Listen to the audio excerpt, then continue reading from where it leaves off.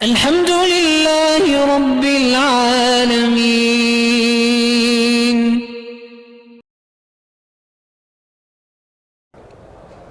مولانا طارق جمیل صاحب کے بیانات بالکل سنا کریں. پرانے بزرگ ہیں، عالم ہیں، ساری زندگی ان کی دین میں گزری ہے. باقی اگر کوئی ایسی بات ان کے آپ کو سمجھ نہیں آتی تو کسی عالم سے پوچھیں، عام لوگوں سے نہ پوچھیں.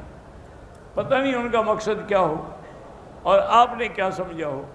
دیکھو نا، بعض اوقات صرف لہجہ بگڑنے سے بھی بات بگڑ جاتی. کسی سے آپ کہیں بھی کیا بات ہے، پھر آپ اس کو کہیں کہ کیا بات ہے، پھر اس کو کہیں کیا بات ہے، تو بات لفظ تو وہی ہے نا، لیکن لہجے بدلنے سے تو وہ بزرگ ہیں بیچارے تبلیغی ذہن کے، ان کا قاعدہ یہ ہوتا ہے کہ ایک دفعہ محنت کر کے اس کو پھنساؤ تو صحیح نہ، پھر اس کو ٹھیک کریں گے. اپنا اپنا ایک طریقہ کار ہے.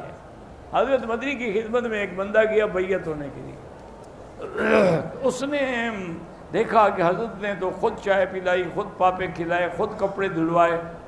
اس نے کہا حضرت مجھے بڑی حیرت ہے، میں تھانہ بھون گیا تھا حضرت تھانوی کے پاس بیعت کے لیے، وہ تو ایک ایک بات پہ ایسے ڈانٹ دیتے ہیں جیسے کوئی چور کو ڈانٹتا ہے، اور یہاں ماشاءاللہ خدمتیں ہو رہی. فرمایا بھائی وہ ڈاکٹر ہیں، آپریشن کرتے ہیں، ہم تو کمپاؤنڈر ہیں، مرہم لگاتے ہیں.